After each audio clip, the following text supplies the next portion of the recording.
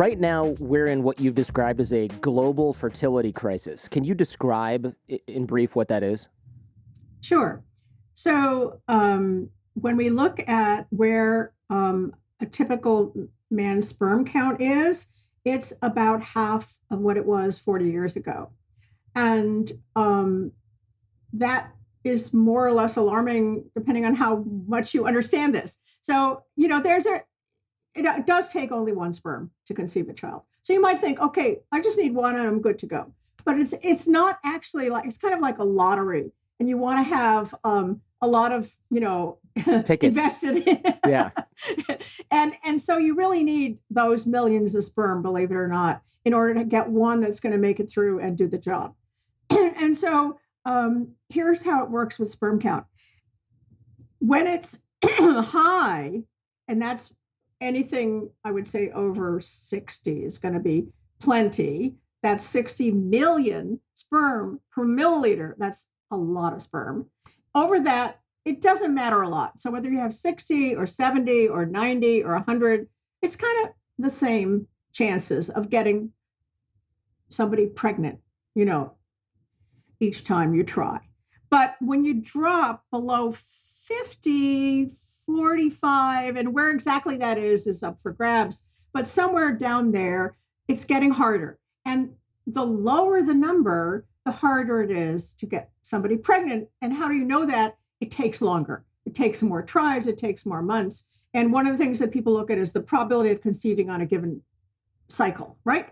And so that number goes down really rapidly when you go below 40.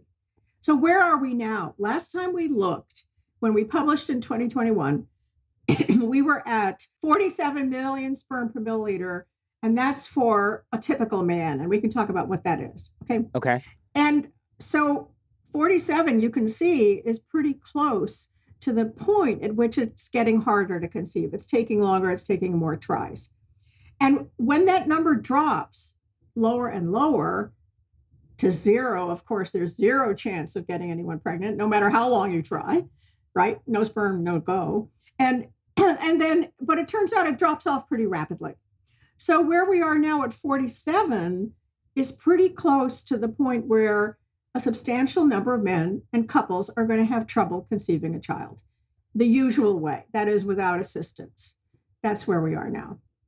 And the reproductive crisis doesn't stop with sperm. There's a lot of other measures of reproductive health for men, like their level of testosterone, which is also in trouble. We could talk about that. And for women, frequent miscarriage, repeated miscarriage, menstrual problems, premature ovarian failure. That means fancy name for saying not enough eggs left at the end of your reproductive life, right?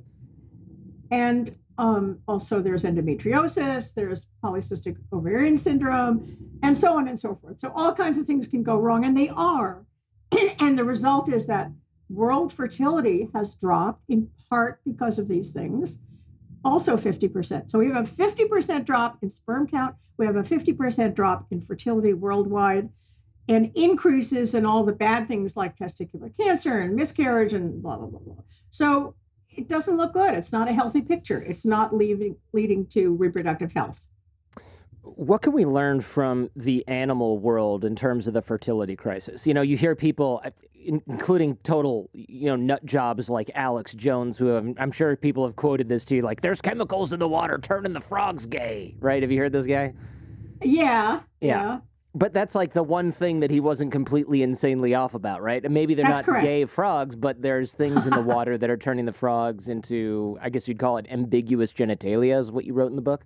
Yeah. And actually, my colleague Tyrone Hayes can actually produce in the laboratory frogs that prefer to mate with other male frogs. So a male frog. Yeah, gay right? frogs. They oh my gosh, are gay frogs, and and that happens actually in the wild. And so, what Tyrone wanted to do is make sure it was causal, and to do that, you do an experiment, and he did that, and he showed that was true.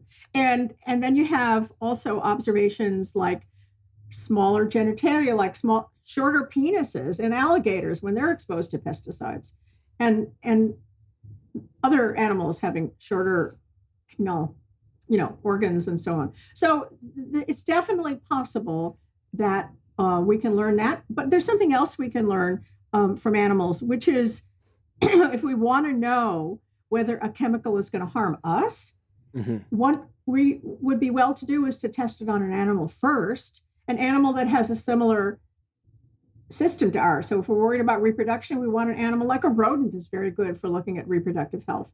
Other animals, pigs are good for other things, how pregnancies, advance and so on. So depending on the system that you're looking at, you want to pick an animal that's going to reflect development in humans. And then you can do an experiment. So you can't do an experiment on us, although we kind of are part of a massive experiment. We can talk about that. But, you can't get approval from to assign these women to take phthalates and these women not to take phthalates, for example. You can't do that. That's not ethical. No, it's not ethical. Right. We're just doing it to ourselves without any permission because we're putting, face cream on that has it in there already. Right. So we have the option to do it to ourselves, and we are. But in terms of me doing it in an experiment, I can't do that. But we can to animals.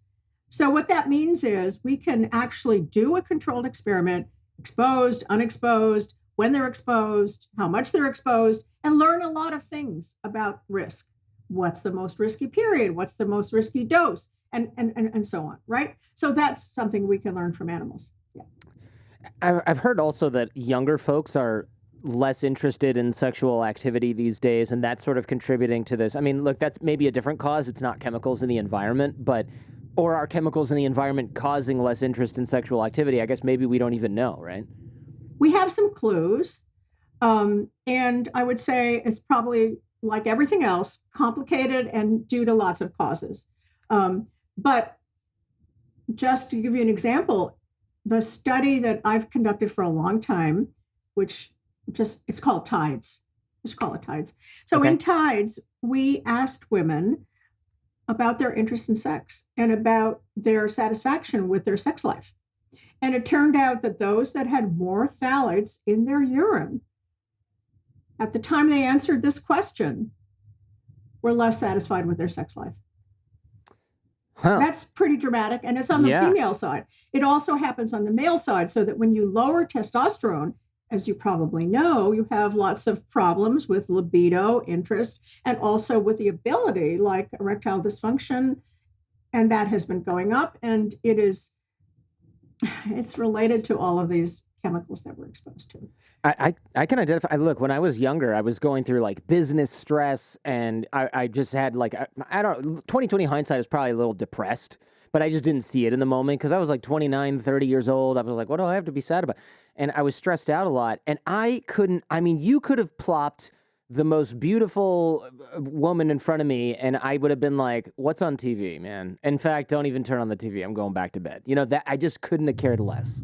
Right. And so I imagine that plus chemical exposure, plus stress, plus moving to an urban environment and not being able to afford a house and having $100,000 in student loans, or whatever, like that kind of thing, that'll do it, man. That's the boner killer right there for a lot of people. Right. Stress is a very, very big driver of sexual problems, definitely. But what I'm here to tell you is that chemicals also can do this. And so you have a confounding, if you will, of your lifestyle, factors. For example, obesity, actually. For example, let's take obesity. Obesity is not good for your sperm count. It's not good for your testosterone. It's not good for your sexual libido, right?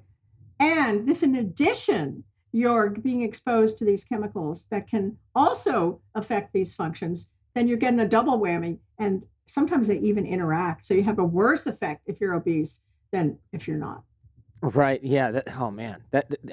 As we know, a lot of Westerners, but Americans especially, we're not getting any thinner as a population, most of us. Right. And that, by the way, if you read the book Obesity, there's a book on obesogens, things that cause obesity.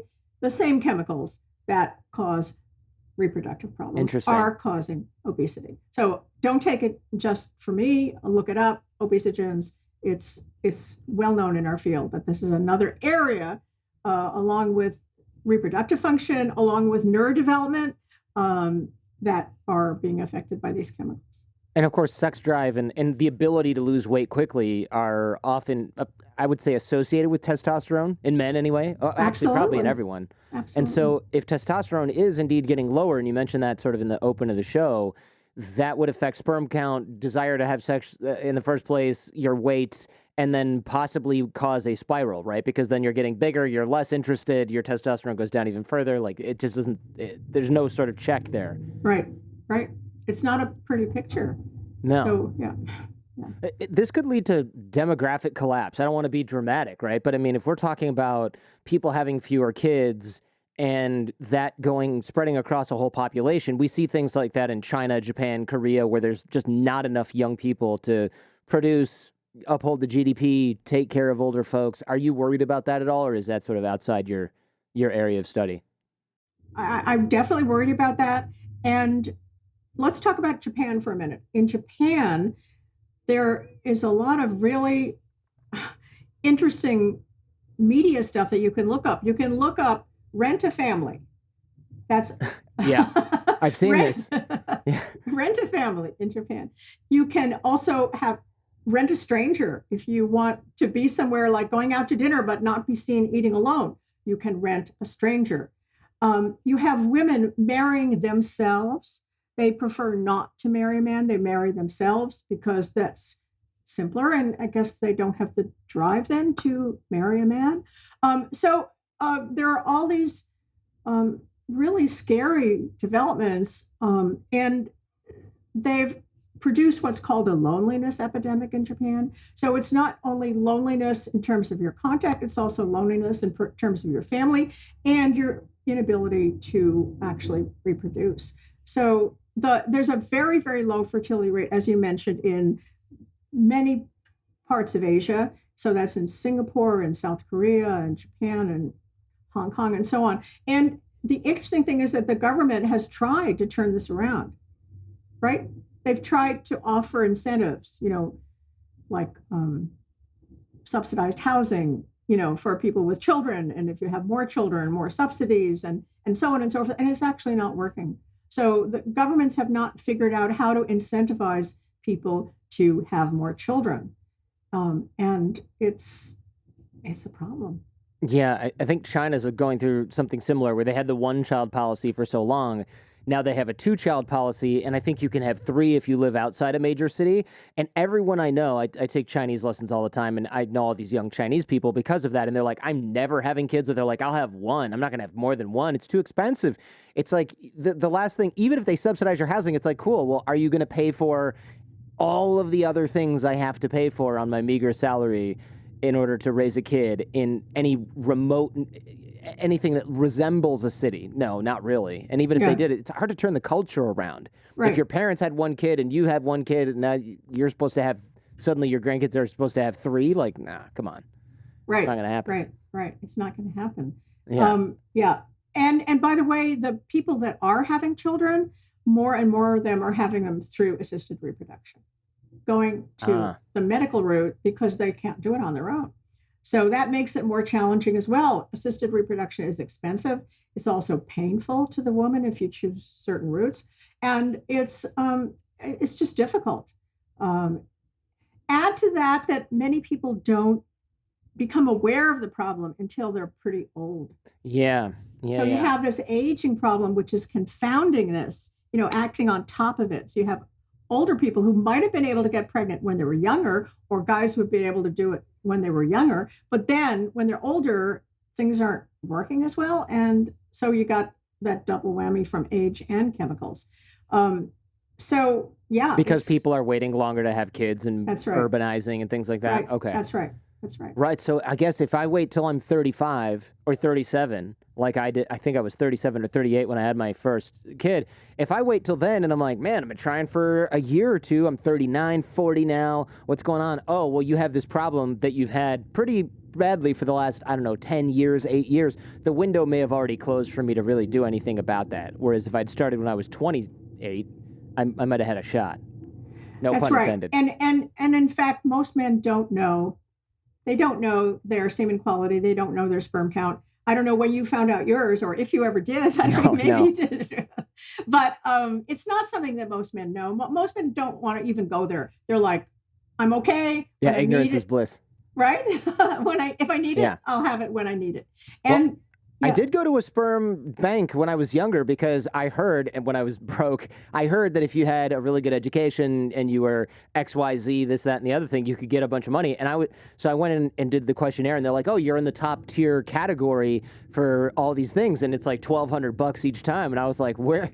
See you on Tuesdays. Yeah, so that was interesting. But they don't say you have X number of sperm per milliliter. They don't tell you anything, and I think it's because of medical liability reasons. They don't want to be responsible for you having any sort of knowledge on their behalf. They just want to get the goods and get you out the door. Well, the fact that they took you on and, paid you that $1,200, I assume, means that everything was pretty good. Probably your count, the motility, how it moved, the shape they were in, that's called morphology. That was probably all pretty good. So good for you. But so far, I got 2 kids now, so it held up. It held up over the next decade. But if a younger guy, finds that out, that he's good, maybe he wants to bank his sperm. That way, when he gets older, maybe he has more exposures. He's not, not ready when he's young, but he might be ready when he's older. He's got some insurance in the bank. So I'm suggesting, and now it's gotten very easy. There are companies where you don't have to go into the office to give. You can do it at home. You can mail it in. These are reputable, companies. You might want to actually get one of those people on. That's a little aside to you, but that stuff is interesting. A friend of mine, he had testicular cancer I think we were in our early 30s. So one of the first things he did was go and have his sperm frozen, and he had cancer and chemo and all that, and he made it through just fine. He recently just got married, and he has a kid now because of that. So it was like good forward thinking on his part. So I think, look, if you're young and you think maybe I should have kids, I'd say it's worth a few $100 or whatever it is per year, just to make sure you got that young, super healthy sperm of high quality. Because it's not just quantity, right? It's also quality, or especially quality, maybe. Right. Yeah. And women have that option as well, although it's not as uncomplicated for women. It's much harder to retrieve the eggs. It doesn't mean it's definitely going to work, but it's something to think about and talk to your doctor about.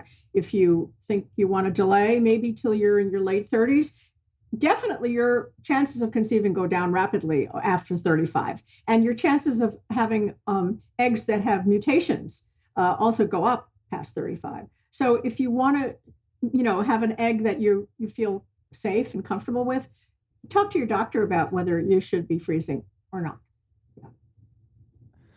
How much of people having fewer kids is because of, education, economy, so wanting fewer kids, and lower fertility, like being able to have fewer kids? Because, I read like Denmark, they have 1 kid because they're higher educated. And when education goes up in some of these developing countries, their rates of fertility go way down. Or I should say the amount of offspring they have goes way down. And that's pretty common. I assume you control for that when you're studying things like fertility. Okay, complicated question. Let me try to answer a few things. First of all, fertility is a complicated word. The word total fertility is used by demographers to talk about how many children a woman has on average. Okay, so and you can go to a very good website called World Bank Fertility Data. Anybody can Google that, and you can see how many children on average a woman has, and how that's changed over time, and how it differs from country to country. So that's really informative. If you do that, you can see that back in 1960, the world had 5 children per woman, and now 2021, I think is the latest they have, it's 2.4. So cut in half, right? So why? That's your question. Mm-hmm, okay. Mm-hmm. So you're absolutely right that education, economics, contraception, women entering the workforce are all, I would say, positive factors that are causing women to have fewer children. They have that option in many places now. They have that right. And so they're exercising that. And I think that's a great thing. What's not so clear is how do you separate that from other causes like chemical causes that affect sperm count and all these other factors that we talked about? And there's no question that exposure to a number of these hormonally active chemicals that affect sperm count also affect your ability to conceive or your time to conception or their probability of conceiving in any cycle. That is also affected. So I say it's joint, and I can't give you a percent like 50-50 or 40-60. That's really too hard to do. I would say they're both significant causes, and they're probably also interacting, because if you're educated and you're higher socioeconomic status, you're going to have the ability to control your exposures more. You're going to be able to buy unprocessed food and buy, organic food and buy safer cosmetics and so on and so on and so forth, which you can't do if you're poor or maybe live in a food desert. There's no fresh food around. You can't afford organic food. Then you're going to be hit in multiple ways. So it's very complicated to separate who are you talking about, upper middle class Caucasians? Are you talking about people, in lower socioeconomic status or other countries that are more impacted? So it's really hard to separate. I've heard also that young women are going through puberty a lot earlier, and we think that might be linked to chemical exposure. Can you speak to that a little bit? Because that's kind of creepy in multiple ways. Yeah, so women are going through puberty earlier, particularly in terms of breast development, earlier breast development. And this is particularly true of African American women in the United States. It's been studied most thoroughly in the United States. And one of the reasons is that it's tied to the level of, body weight. It's tied, so women who have higher body weight and are obese are more likely to develop earlier. So then you have this complicated situation of women who are being exposed to chemicals that increase obesity and also affect, maybe independently, their age of puberty. But it might, I can't say that it's all through obesity, but that definitely plays a role. And it's definitely happening, that there is this decrease earlier age at first menstrual cycle, for example, and earlier age at breast development. And as I say, it's most marked in people of color for various reasons.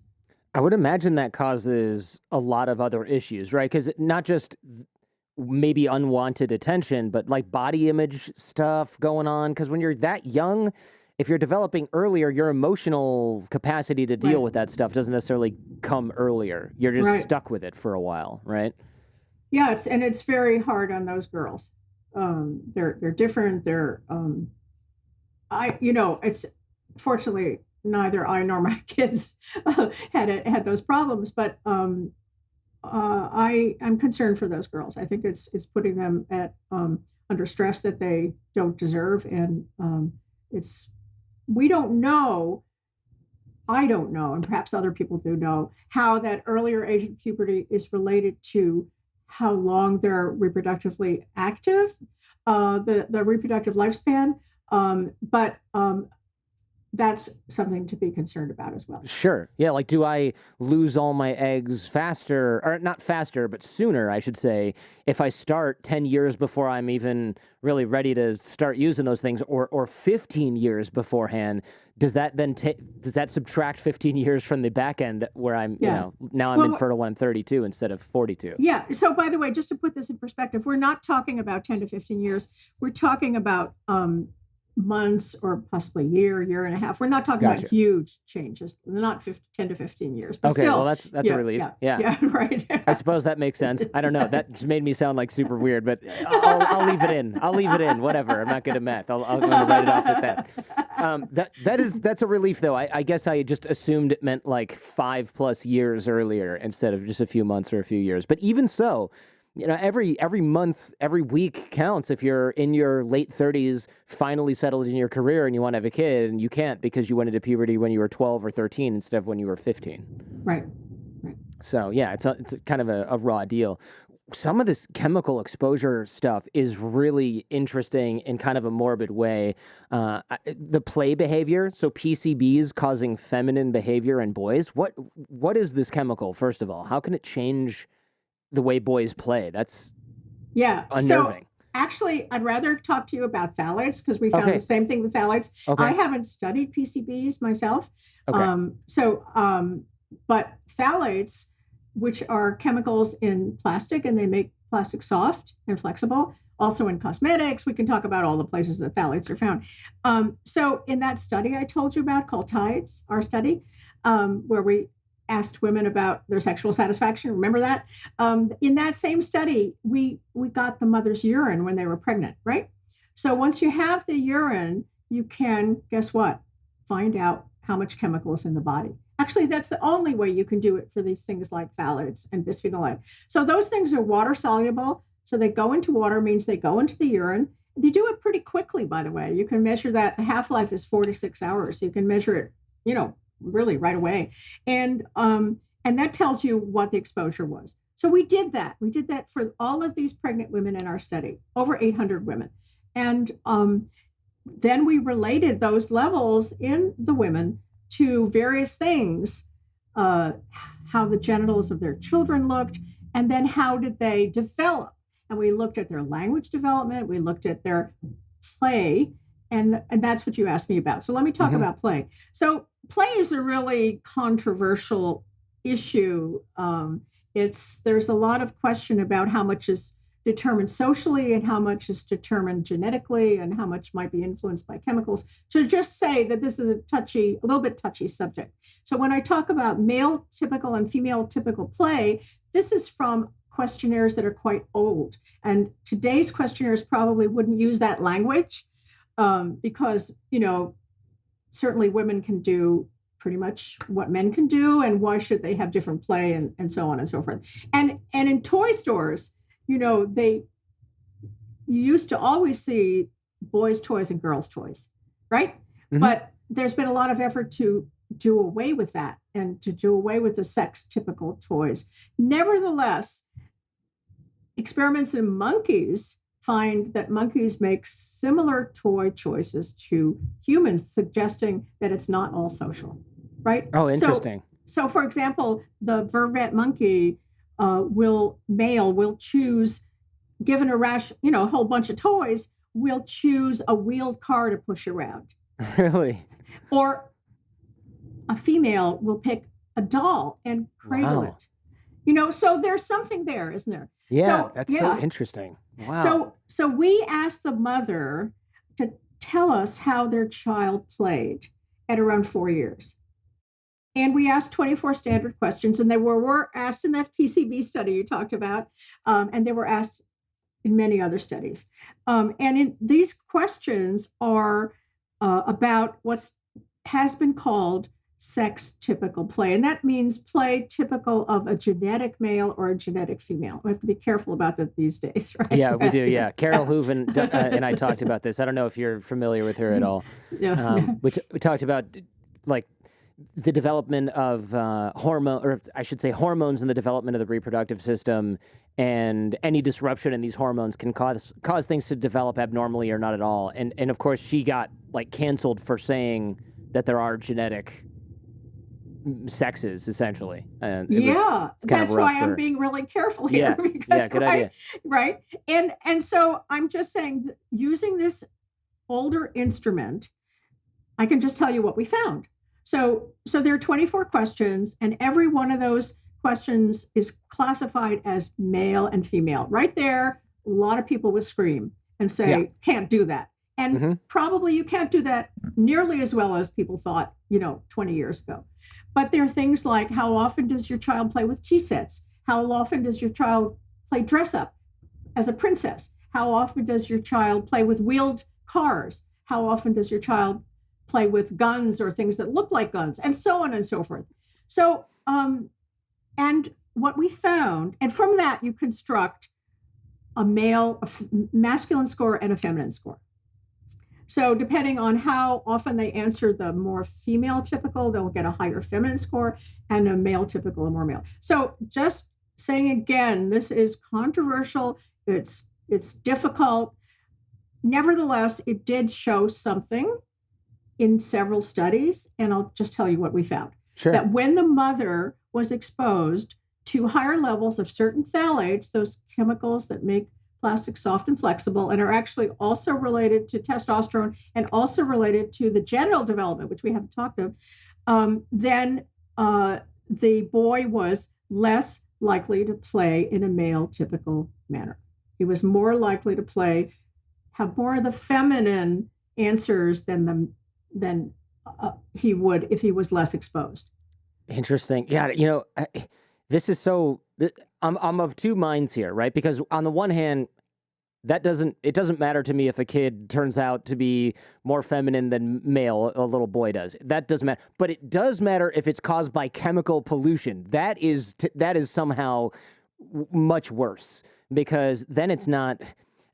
Again, it's hard to say this without getting canceled, but like, you want kids to develop quote unquote naturally, and wherever nature takes them is actually quite fine. But when it's like some crap that the mom had in the drawer that's loaded with phthalates that's causing a behavior change, then it's definitely it's not fine. The kid's a victim of this, right? And then ends up with a completely different life path because of a chemical, which is not something that I think anybody's really comfortable with, I would imagine. Right. And a lot more work has to be done on this.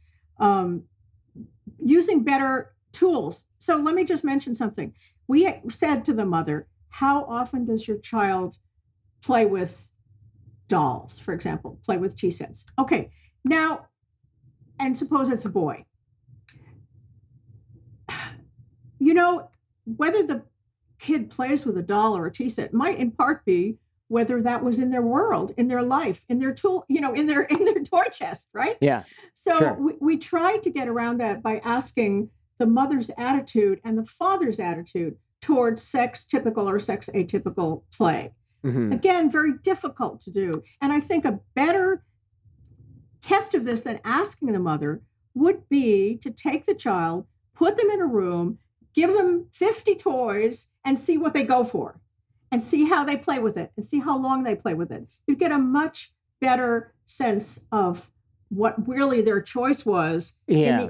Now, because a little boy with 5 older sisters is going to play with tea sets and dolls. He doesn't have a choice, right? Unless he wants to play by himself. Right. Yeah. Right. And so we actually took into account the sex of the older siblings, how many there were, and the mother's attitude, the father's attitude. Nevertheless, it's a crude tool, but it did have this finding, and it's a replicable finding. It's been repeated.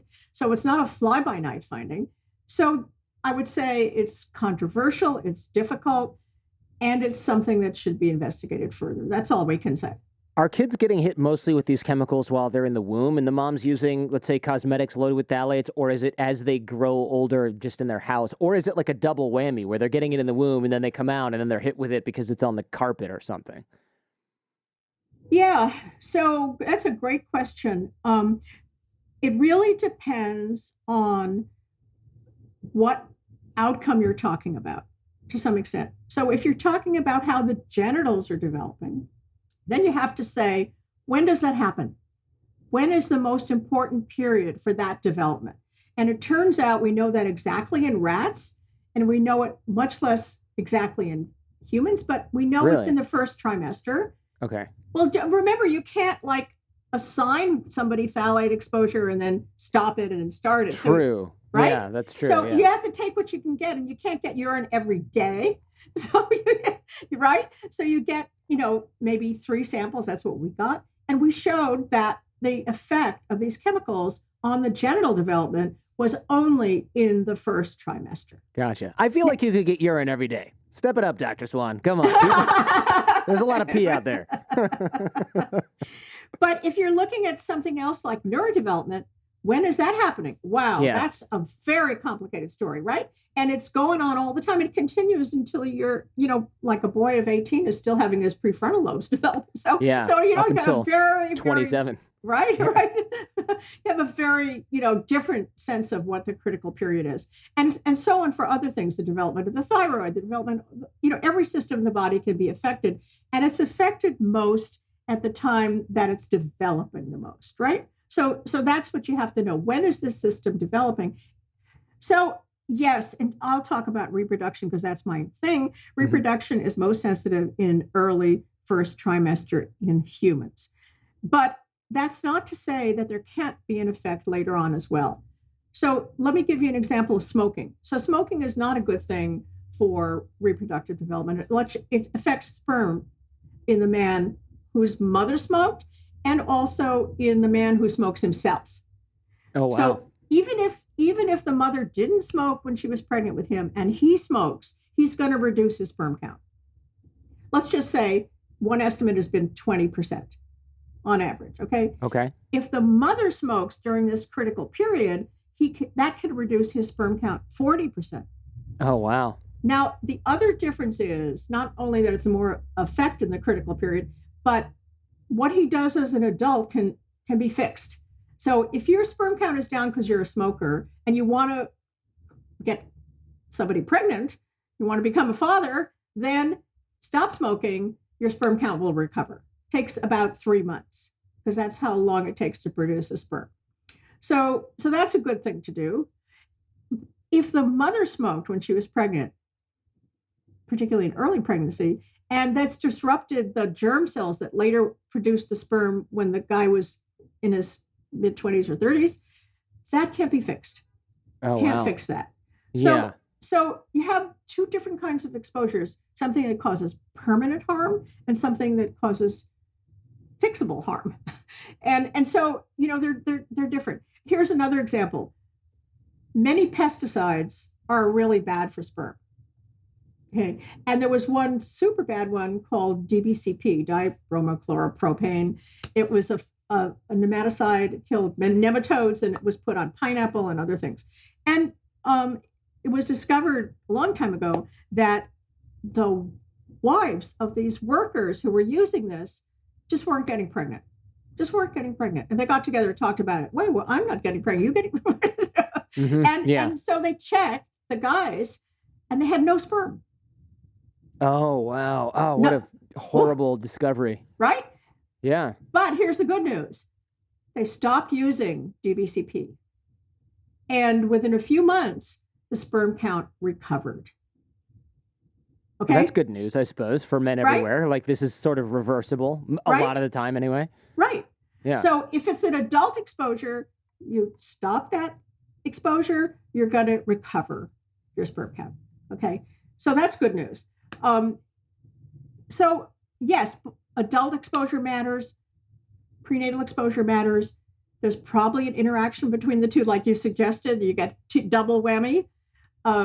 But that hasn't been very much studied. We're actually looking at that now. We have our children that we have the urine from, while the mother was pregnant. And now we have the urine when the kid is 4 and 6, and we're getting at 8 and 9 and so on. So we're going to see which one matters the most and how they interact and how they, maybe produce a double or triple whammy if you keep getting exposed.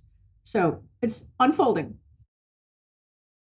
Hey, if you like what you're hearing and seeing, check out the Jordan Harbinger Show podcast feed. There's a lot more just like this. You can find the Jordan Harbinger Show in Apple Podcasts, Spotify, or wherever you get your podcasts. Now, back to the show. Does the dose of chemicals have to be high to sustain damage, or is this like trace amounts can do sort of a disproportionate amount of damage? Doesn't have to be high. Doesn't have to be high, for sure. And let me give you an example. This is kind of a little aside, and you can keep it or not. But it turns out that if you look at a rodent has a lot of pups, right? Mm-hmm. Maybe a litter of 10, 12, 50, And these pups are inside the womb, and the womb has what's called these horns. So there are these little pups sitting there, and they're developing, right? Mm-hmm. And some males are between two males, and some males are between two females, and so on, right? Sure. And some very elegant work back in the 1990s, believe it or not, showed that the sex of the neighbor influenced how that pup developed in terms of how large his genitals were and who he wanted to have sex with and how often. Now that's interesting. absolutely amazing. Yeah. And what's amazing here, I just brought it up because of the dose. The amount of testosterone or estrogen that rodent is getting from his neighbor or her neighbor is tiny, tiny, but it makes all the difference. And it can affect, like I say, how they develop and how they perform later on in life. So that's just to prove that tiny doses matter. But we also see it in humans when we measure the dose that people are getting. It doesn't have to be big. Yeah, it seems like smaller amounts. I guess it depends on what you're mimicking, right? Like alcohol. Too much, you go to sleep. Just the right amount, you're embarrassing yourself in front of a room of hundreds of your peers, right? It's like hypothetically. That's a great example. Feel free to use it. Yeah, okay. So because, actually my favorite example is exercise. I'll just tell you exercise. Sure. So if you exercise a lot, a lot, like you're doing marathons. If you're a woman, you may not be menstruating. That's not good for conceiving. So that's just an extreme, but if you're very, high exerciser, that may not be good for your fertility. If you don't exercise at all, you're a couch potato, you're laying around, you're not getting any exercise, that's not good for your fertility. In between is the sweet spot, which is good for your fertility. And that's like that with alcohol and for many, many things. We see this U shape or, where this is bad, this is bad, this is good, right? Yeah, that makes sense. I mean, everything is kind of on a bell curve in nature. Well, I don't know. I might be speaking out of turn. Everything seems like it's on a bell curve in nature, right? More or less. The bell curve is a universal law, but I'm not talking about that exactly. Okay. I'm talking about this U shape or inverted U for risk. So risk going, being high at high doses, high at low doses, which is the case for exercise, and low in the middle. Think of that as a U. That's not a bell shape. That's a U. It's a different curve than the bell shape. Yeah. What is the AGD? I read about this and I thought, well, you learn something every day. There's a term for this. And I think it's not only is it a little comical, but it's also really funny how indicative this is of reproductive health. Something that I thought for sure didn't matter in the scheme of things turns out to be a really good indicator. So you and your listeners know this just by taint. Okay. Okay. Yeah. Maybe Gooch and Grundle or some other street names for it. That's funny. Okay. You know all those, but continue. I guess you would have to. Yeah. People have brought this up before. So it's a really important measurement. And what is it? It's how long a measured distance with a ruler, you can do this, the calipers, from, just like it says, from the anus to the genitals, anogenital distance. Okay. So how you actually measure it, if you want, we can go into that, but you can do it on babies, you can do it on adults. And here's the thing, it's amazing. It tells you two things. A baby's born and you measure it. Now, what do you expect? You expect it to be quite a bit larger in a male than a female. That stands to reason because if you think of what's in the space from the anus to the genitals, there's a lot more real estate, if you will, in a male than a female, right? Sure. A lot to go in there. And it's actually 50 to 100% as big in a male as a female.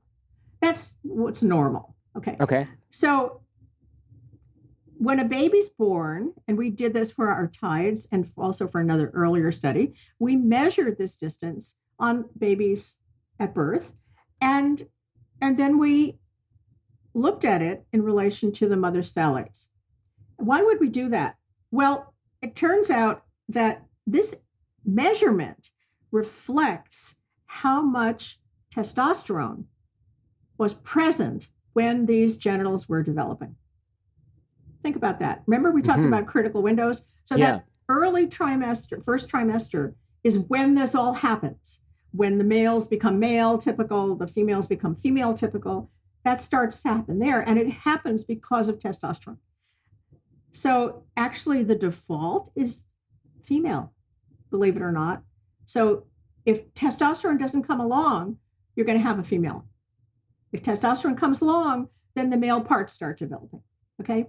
And if there isn't enough testosterone or is too late for that critical window, then you won't get the transition to the male typical genitals. Okay. What can do that? Phthalates. Phthalates lower fetal testosterone. And so they interrupt or interfere with this progression from the neutral to the male genitals. And then you can measure that at birth. And we did. Before we did it, they did it in animals, and they defined something called the phthalate syndrome. So a whole syndrome of what happens when the mother gets phthalates. And it's a shorter anogenital distance, smaller penis, smaller scrotum, less descended scrotum, and other changes internally, which we don't have to go into. What, since everybody, half the audience anyway, is getting a tape measure right now, what is a normal AGD for these people so they don't have to Google it? I actually hesitate to say that because, first of all, it's not a hard thing to measure, but you got to do it right, or you can get the wrong answer. Yeah. No, you need a partner. Yeah, you need a partner, and you need actually calipers. But if you want to read Countdown, we have a lot about that in there. I'm not recommending that people measure their own. I am recommending, however, that this could become a standard of care as a measurement of every newborn. I see. Because, let me tell you why. Not only does it tell you something about what happened before the baby was born, it tells you something about how they're going to perform as adults. That's the amazing thing. Oh, interesting. That's interesting. Right? So if you take what we did in another study, we got a bunch of college students at the University of Rochester to allow us to measure their AGD, males, and also to give us a semen sample. And what we found was the longer the AGD, guess what? The higher the sperm count? Bingo. Wow. Oh, man, Now everyone's for sure going to want to do this at home. All right, well, they can get the book or Google it and figure it out. Man, that's so interesting, because you just think that's a distance that, nobody's paying attention to this. It's not useful. How did you even think about, did you come up with the idea to measure that? Because that's just where would that even come from? That seems so random, incredibly. Well, I told you there was a phthalate syndrome defined in animals, right? Right. Mm-hmm. So they've been measuring this AGD in animals, and they've actually done that for more than 100 years in animals, but not in humans. And that actually, why? And at the time that we published our first study, there had been one other study that had used this in humans, and they didn't use it to say how bad is phthalates or how bad is a chemical. We were the first people to do that. So what happened was I heard about this phthalate syndrome, and I thought, does that exist in humans? Mm-hmm. Right? It's a reasonable question for an epidemiologist to ask, right? Sure. And then I thought, well, how would we do that? And so that was fun, because I began to think about, well, what did they do in animals, and how do you translate that to humans? And then, well, we have to know what their phthalate exposure was. How do we know that? Well, I happened to have a study on hand in which we'd stored urine from women who were pregnant. So I could get that urine, I could test it for phthalates, and then I could get the kids and measure their AGD and compare them. And that's what we did. And we found the phthalate syndrome in humans. Unbelievable. It's really incredible, the connection that you find there. I mean, rarely are things almost so, I won't say they're cut and dry, but rarely are things so obviously correlated, right? It's such a stroke of luck, I guess you would say, to find a metric like that. What's scarier about things like phthalates, and you mentioned this in the book, is that chemicals, look, if I come up with a new food or a new drug, I've got to go through the FDA and I've got to prove that it's safe and all these different things. But chemicals are the opposite. It's almost like innocent until proven guilty. They can be used until they're proven dangerous. And then me as a chemical or packaging manufacturer can lobby and delay and throw disinformation out there for another decade to use this thing. Times 85,000 chemicals are used in products. Most of them are untested. So there's a lot that can be done to make sure that dangerous chemicals or things that we can't yet prove are dangerous are just still in use, which is the opposite you'd think should be the way this is. I want to think, hey, the plastic that I'm using to wrap my food, they've tested this to make sure it doesn't leach in there. Not really. They're just waiting for 1 million more people to sue them until they change it up. It's unreal. That's correct. That's correct. It's the FDA, like you said, for food, drugs, agriculture. There's pretty good control, and that is, by the way, as a result of what happened when it wasn't control in the past. Lots of things like thalidomide. You probably heard of that. Yeah. Babies born without arms and so on, and also a drug called diethylstilbestrol. So there were these exposures to the fetus that people didn't worry about. And then when these really bad things happened, then people said, whoops, we got to control this. And that's when the FDA got teeth in their legislature and got, things really controlled. That has to happen for environmental chemicals, for chemicals in our daily product. The problem is that the risk is very different in that it's smaller risk. It's not like you're going to be born with no arms. You're going to have these small changes that you won't see unless you're in a study that measures it. So it doesn't cause huge harms to any one person. It causes huge harms when you consider the entire population. Right. Yeah. There's if you're taking 100 million people and you're saying, well, a bunch of them are going to have a lot more trouble conceiving and some won't be able to at all because they're something AGD ends up shorter, right? Then it's like, well, we can't prove it was from that. It's going to be really hard to do. And also, why put the cart before the horse and jump the gun here? We got to use these chemicals because they make your eyeliner stay on or whatever Right. it is. Yeah, they're very useful. There's no question about that. And what we have to do as a society is figure out how to meet those demands for those uses with safer chemicals.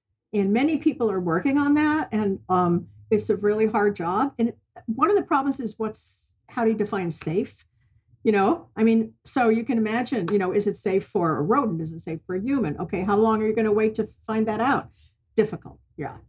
A lot of this stuff never goes away, right? They're POPs, persistently. What does that stand for again? Persistent organic pollutants. Yeah. So those are the original bad guys that were banned, and they were really bad. They're things like DDT and PCBs and dioxins and things that were clearly, no-nos. And so those were the first to be banned. But there are persistents right now, not maybe as persistent. So let's talk about persistence for a little bit. It means, how long does it stay in the body? And phthalates and the bisphenols, which we haven't talked about, make plastic hard, also bad actors. They leave really quickly because they're water soluble. Anything that's water soluble will be peed out.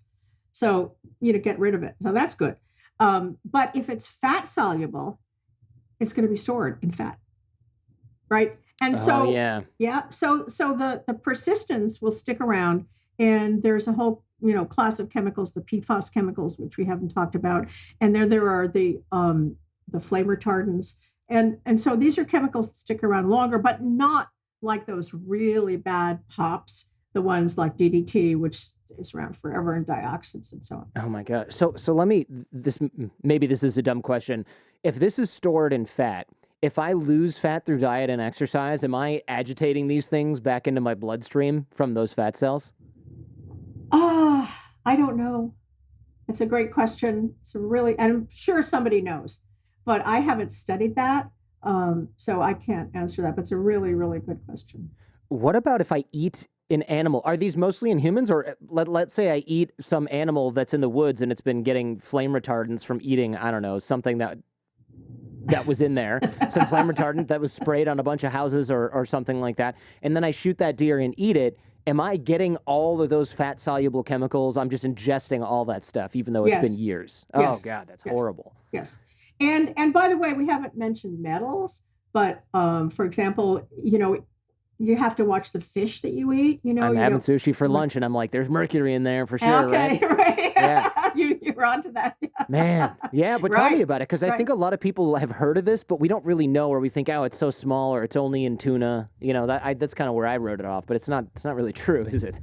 No, I mean, tuna is certainly a risk, and there are there are lists of fish that some are better than others, but there are whole studies that have looked at, for example, one in Denmark, in the Faroe Islands, where they actually looked really carefully at all the fish, because they are fishers who are living there, and showed that there were huge impacts on brain development and immune function and which is very important right now because of COVID. Those children that were more highly exposed had less response to vaccination. Oh man. So it's getting at us from every direction, and we just have to, better regulate what's in the food we eat and in the things we put on our body. So yeah. I've heard, so if it's fat soluble, and maybe these are two different sources of fat, so I could be talking out the wrong end here, but if, like, my wife breastfed our kids, but if she had something stuck in her fat, isn't some of that getting into breast milk, which has a... Absolutely. Okay, great. Yep. Well, that's also super unfortunate. Yeah, there's been a lot of studies of the levels of these chemicals in breast milk, and it's definitely in there. And by the way, when a woman is pregnant and she's carrying these fat-soluble chemicals, she will offload them onto her firstborn. So the exposure in the firstborn is greater than the exposure in the next and next. So she gradually gets rid of them with her pregnancy. Not so nice for the kid. No, that's interesting, though. I wonder why the body does. The body's just like, oh, finally, a chance to get rid of all this. I'm just going to put it in my offspring that's carrying my DNA into the future. What could go wrong?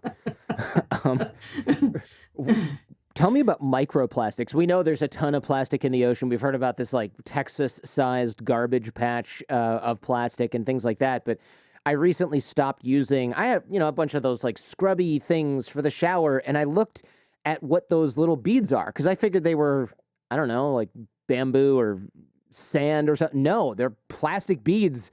So I immediately stopped washing that stuff down the drain because I figure it's unfortunately a little bit safer in a landfill. And there's natural stuff that uses like bamboo instead.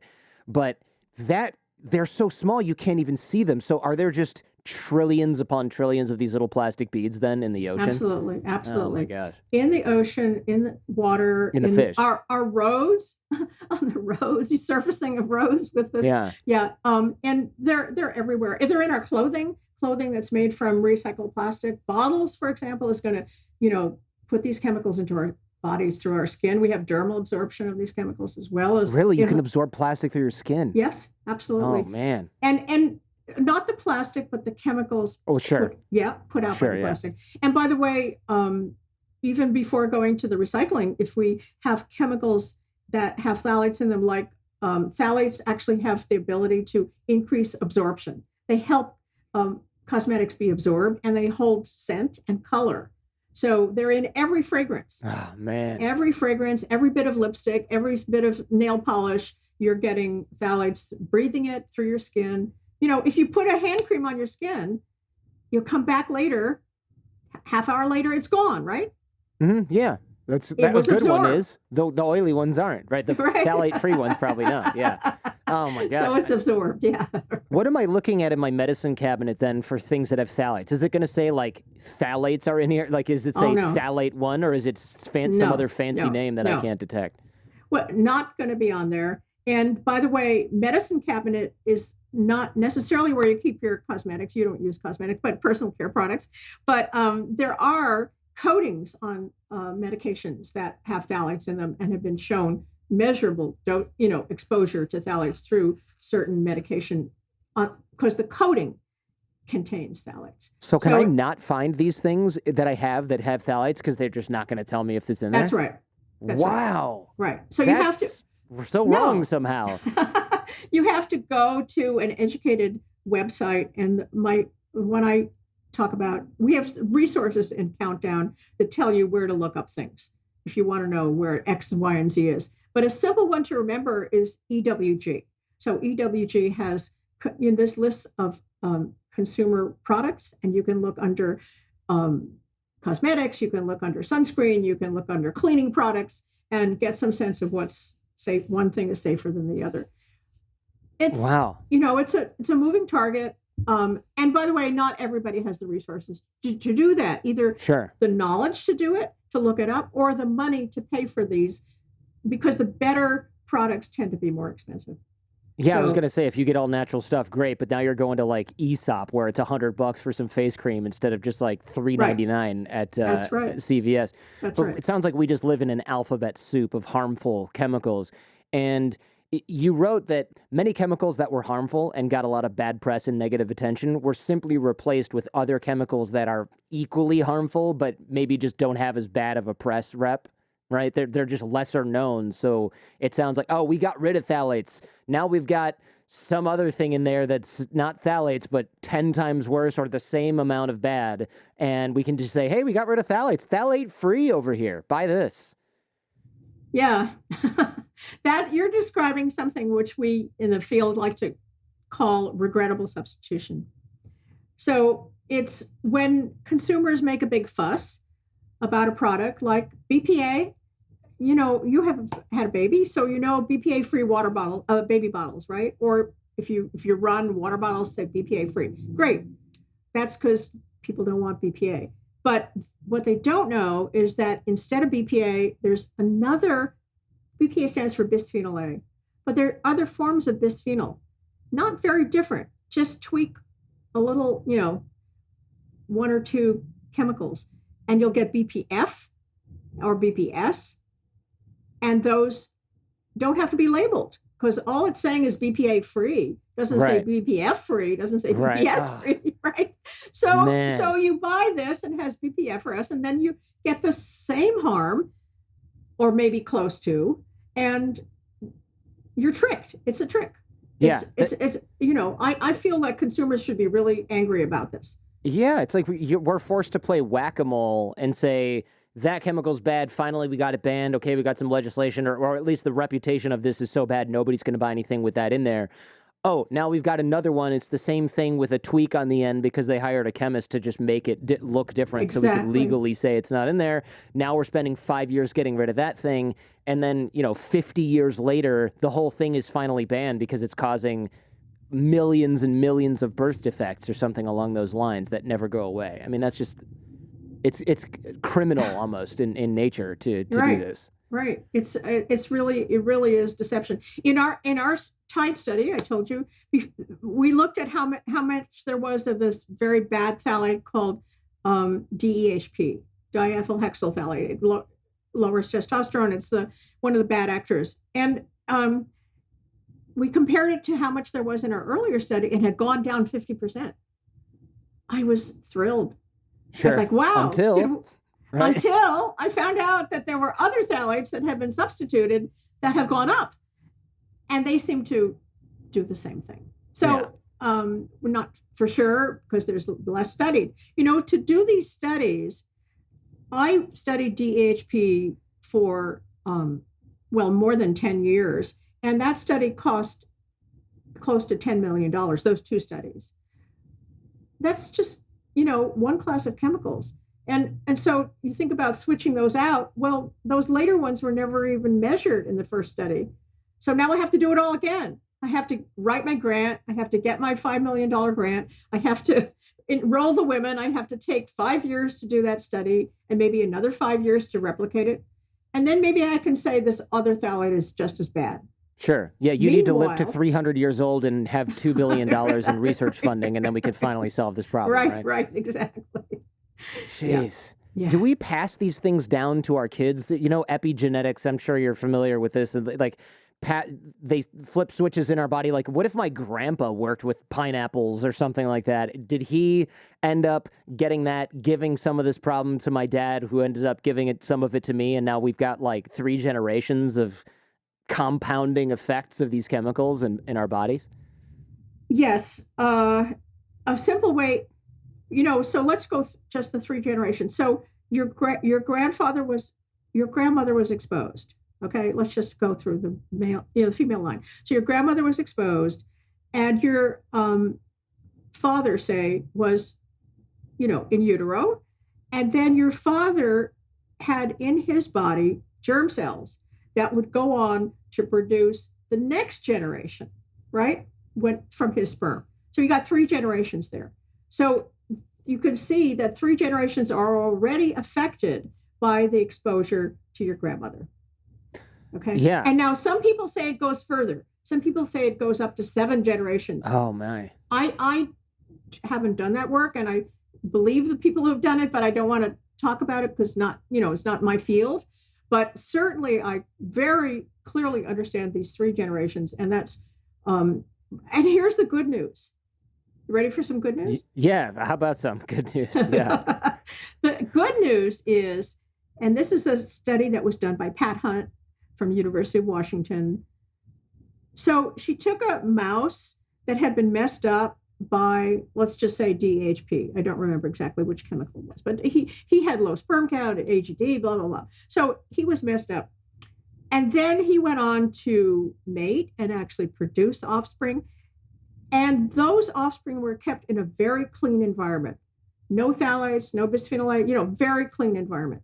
And then those offspring went on to produce more offspring with females that had also been kept in a clean environment. And so this continued for 3 generations. After 3 generations, the male function was completely restored. There was no problem with the testosterone, with the anogenital distance, and, with the fertility was restored. So yes, by cleaning up successive generations, we can stop this. It doesn't have to go on forever. But what we have to do is stop exposing people in subsequent generations. Right. Yeah. That the trick is making the cleaning up of the environment part that you mentioned before. Right. But it just seems like if my grandmother's exposed and my father is also exposed, not just from my grandmother, but just from, let's say they grew up in Detroit, which is true, and they're exposed to lead in the air from gasoline or whatever. And then let's say I grow up in that same environment, and let's pretend that there's still lead and gasoline everywhere because nothing changes. Phthalates come to mind. Then I have the damage from my grandma, the damage from my dad, and now my own damage that I'm exposed to. So I was born with, let's say, 2x, 2 notches of damage. Now I'm getting my own, and then it just seems like it compounds over time, like you said, until we clean up the environment. But that's kind of like until pigs fly, we're going to still be exposed to phthalates and chemicals that cause reproductive harm. Yeah. By the way, let me just say, because you said this in passing very fast, lead was a success story. Lead was cleaned up. So let's not forget that, because we sometimes have success. It is possible, just very hard, right? Yes. So that's what we're going to have to do. And I'm not totally pessimistic. I think that there are some very smart chemists and well-meaning people, manufacturers who are really trying to clean up their products and clean up the environment. Corporations that are supporting this research. So I'm not completely negative. I just think it's hard. It's hard. And what it takes is people being aware of this. And that's why I wrote Countdown. And I think that the more people are aware of this, and the more they ask questions and the more they demand safer products, the more it's going to happen. If we just write it off as, oh, well, this is just not something we can't do anything about, then we're not going to make progress. So I'd like people to be aware that it's bad, but it's not, it is fixable. We just have to make a lot of noise and put a lot of pressure. That's why I'm doing the show, because if this was just, by the way, there's nothing you can do, I'd be like, well, that was a depressing book. It's probably kind of important for people to know, but I don't really want to expose my audience to that. But since this is a solvable problem, I want as many people to know as possible, not just so they're like, oh my God, I can't eat sushi again, and look at all these things I shouldn't put on my face. I mean, that's part of it maybe, but the real take home here is, make sure you pay attention to what you buy, and also make sure that you vote for things like when you see phthalates on the ballot or something like that, you don't just go, I don't know what that is. Like, you're paying attention to this because, maybe our generation or at the latest, our kids can be like, I can't believe my parents, they're still using this, and they make this cleanup effort to turn things around. Before I let you go, I'd love to know about medication. Speaking of cheerful topics, medication polluting waterways and drinking water, because I did not know that drinking water has birth control pill medication in it because people are urinating and it goes in the water and it just can't be cleaned up. Like, that's really not only disgusting, but also very disturbing that these molecules persist. This is true. And by the way, also things like medication for depression, for anxiety, these are in the water as well. And there's a wonderful project in Israel where they actually looked at lettuce, what that was produced, lettuce that was grown in water that had some of these chemicals in them, and the lettuce conveyed the exposure as well. So wow, yeah. So it's not only the water, it's things that are grown water, and it sticks around. It's a problem. That is extremely disturbing because, of course, a lot of water for farms is just like pumped in from wherever there's water, right? I mean, Well, there's usually it's cleaned up, but this group in Israel was using recharged water. So you take the water basically off of the toilet, do something to it, but not totally clean it, and then put it on the crops. And so if you do that, you're going to get those chemicals in the crops, and that's what they showed. Oh my gosh, antidepressants and birth control. That must affect animals though, right? Because if I'm a fish and I'm swimming around in antidepressants and birth control stuff, that's got to Right. affect my fertility or at least make me, if I'm infertile, extremely, I don't know, overly happy all the time. I'm not sure. What does it do to the animals that ingest this stuff? I don't know that, but I know it certainly does affect the fertility of the animals. Yeah, and there was a lake in Canada that a researcher named Karen Kidd actually she added estrogen to it just to see. They let her mess up a whole lake. Canada had a control and exposed lake, and she exposed a lake to estrogen, and the fish, just didn't reproduce. Oh my So gosh. definitely it has an effect. So the takeaway from that is have a reverse osmosis water filter at home that you're drinking from? I actually distill my water. So. You distill your water, yeah. What about showering? Like, I know this is probably a dumb question. I'll drink reverse osmosis water that has, quote unquote, nothing in it. But does it matter if it's falling on my skin? If I assume I'm absorbing less if it's just washing off my skin versus chugging a gallon of it each day. But it's probably still not great for me to have, right? You can get exposure through other routes than drinking. That's true. You could get dermally absorbed chemicals. And when we did our water studies way back when I was in the health department, we did ask people how long they showered and bathed and how they treated their water. So it all matters. One thing that stood out was the idea that we shouldn't handle receipts, as in literally a receipt from buying something at the store. That seems so commonplace. That's bad for you? What's in there? So receipts, are coated, and that coating contains bisphenol A, unless the store had opted not to use a receipt with bisphenol A. So there is a choice, but most use receipts. Receipts have bisphenol A in them. And a very nice study that Fred von Saal did was to did the study of cashiers who actually put hand cream on, just regular hand cream, and then they handled these receipts, and the hand cream made it increase the absorption Sure. of the bisphenol A. So whether you use hand cream or not, you're going to get some exposure. I personally ask for an electronic receipt so that I don't have Yeah. to handle Email the it to receipts. me. Yeah, Right. exactly. You don't want to be touching receipts if you can avoid it. But these things are lining tin cans. The same bisphenols are lining tin cans, right? They're in pizza boxes. They're in all over the place. So receipts are one source, but we want to be aware of lots of sources of exposure to these and other chemicals, which we haven't talked about.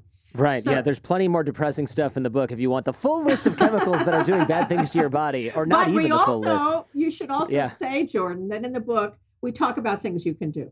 Right. So we Yeah. think about ways to decrease your exposure and actions you can take and resources. So it's not a totally negative book, right? You No, just no. read it. You Yeah, didn't. I did. In fact, I have a whole list of practical things people can do that I'm going to go over in the show close. I just don't want to have you list off something that I Right. can list off. It's Right, your right. expertise is already, written Yeah. in the book for that. So yeah, people stay tuned through the end. I've got maybe I think it's like 10 things you can do, from vinyl shower curtains to making sure you're not sitting in a hot tub every day, which now is my primary method of birth control. But this is both fascinating and scary. Is it possible that fertility will go to zero at some point if we just do nothing about this or near zero? Um, I don't think it'll go to zero. And the sperm count decline, that curve that everyone looks at, who looks at the paper or publishes about the paper of decreasing sperm count, we have to remember that's a mean, an average. And if that were zero, that would mean that a large number of men would have negative sperm count. But you can't have negative sperm count. No such thing, right? So you can come close to zero, but you can't ever touch it. So that's like a technical thing. But you can get alarmingly close, and I think we're getting alarmingly close. Dr. Swan, thank you very much for your time and expertise today. Really appreciate it. So, again, fascinating and scary, and I've got a whole lot of practicals for the end of the show, but I really appreciate your time. Thanks, Jordan, and thanks for being such an informed host. I'm really glad you read the book and you liked it.